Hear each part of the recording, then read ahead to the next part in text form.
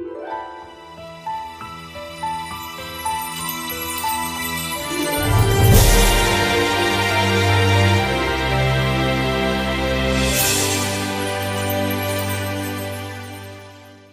this is Chris, keeping it real, facts over fear.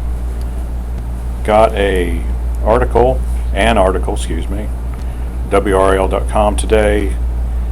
It's August 8th, 2020. Duke researchers put masks, face coverings to the test. It's kind of funny, I just did a video on this yesterday, and here we are talking about it.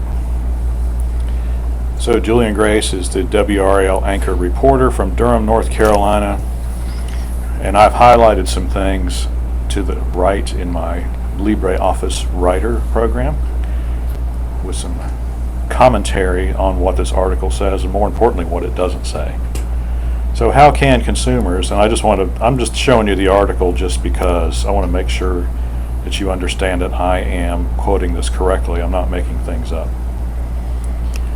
How can consumers know how much protection their face covering really offers? A new Duke University study attempts to answer that very question. Well, it offers none. Unless it is an N95 mask, it offers little or no protection at all. It offers no protection against infection. So unless you have an N95 mask, you might as well not wear anything. If you're afraid that somebody else has got it, you don't go around them. It's just as simple as I can put it. Unless you have an N95 mask and you want to take that 2% chance that you might get it anyway. A new Duke University study attempts to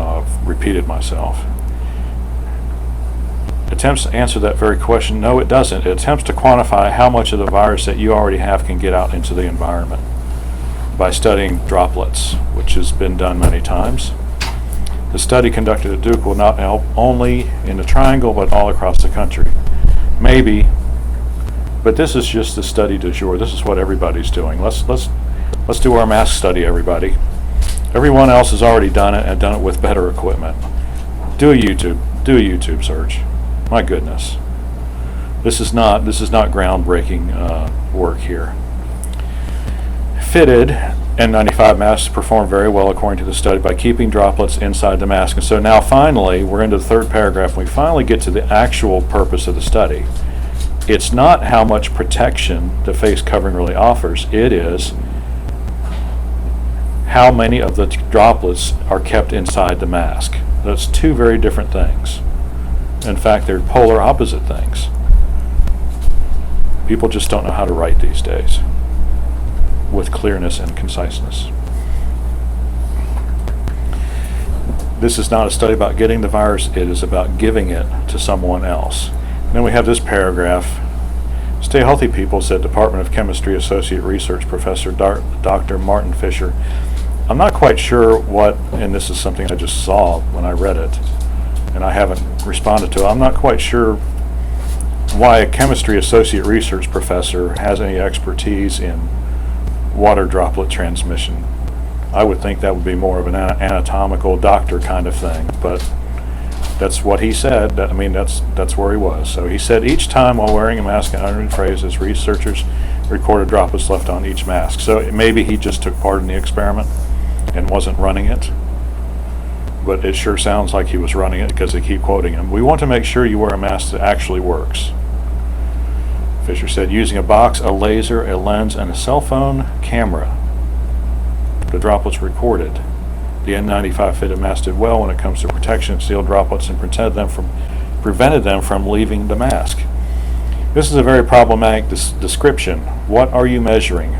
From this paragraph, can you tell what they're measuring? The droplets on the mask or the droplets that escape the mask? I would say that if you could devise an experiment that would show how much weight the mask gained due to water droplet entrainment, that would be much more valuable than taking more pictures of what escaped the mask. It seems to me you could do a randomized experiment with all these masks. Get 100 people together and do some real study instead of just doing what they did. So what are you measuring? The droplets on the mask or the droplets that escape the mask? Which is it? And we don't really know. Well, we do, because they're taking pictures of, that's right. So they're like I said, do a YouTube search. And really, a cell phone camera. Doesn't Duke University have any real cameras? And this is the kind of thing, it's like, I know my cell phone camera. It takes pretty good pictures. I don't think I would base a scientific study based on the quality of my Pixel camera, or even a Samsung camera, or anything. And by the way, a cell phone camera doesn't actually take pictures. It gathers data and creates an image from that data. Kind of like your brain does with your eyes. How accurate is that sometimes? Only a camera that uses film actually takes a picture. So, I'm not saying anybody's doing anything devious. I'm just saying that's how cell phone cameras work. And so you really can't trust the image that you're getting. The cloth masks were pretty good, said Duke Dr. Eric Westman, an internal medicine physician. They were pretty well. They blocked most of the particles. Please define most for me. And how about some data? There is no data from the experiment in this article. Was there some data? It would be really great if WRAL would do its journalistic job and fulfill its mission of actually informing people. And no, I don't like WRAL. So if you're thinking that from the tone of my voice, you are correct. Lastly, and perhaps most surprisingly, the neck fleece had the highest number of droplets released, more than if no mask were worn. The researchers believe the material breaks down larger droplets into smaller particles. Really doesn't matter what size the particles is, does it? Well, it says highest number of droplets. Okay, so maybe, yeah, okay. That's not really psi. So you're saying fleece magically multiplies the number of droplets. Again, where is your data? Where is the data? I'm looking in vain. You know, even a link to the data would be great, but there's nothing. And this is why I don't trust the media, because they never tell you the truth, and they never give you a way to actually find out what the truth is by actually giving you a link to some real information that you can look for online and decide for yourself if it's valid or not. All right, well, that's my critique of this article. Have any questions or comments, leave them in the section below. Like and subscribe. We appreciate when you do. We'll see you on the next fact-filled,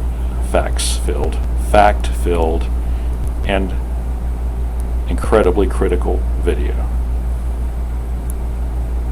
And that means critical in a good way, not just for the sake of being critical or mean.